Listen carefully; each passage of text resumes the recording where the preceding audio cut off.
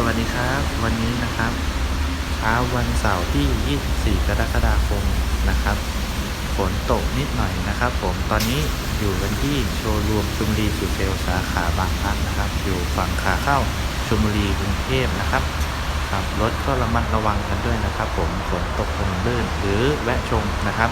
Isuzu Mu-X ของเราตัวนี้รุ่นใหม่นะครับล่าสุดเลยตัวนี้หรือจะมีรุ่นหนึ่งนะครับเป็น Highlander นะครับ2ประตูสูงนะครับผมตัว ZD ตัวนี้ก็แวะชมกันได้ที่โชว์รูมชุมดีสุดเซลสาขาบางพลัดครับผมขอบคุณครับ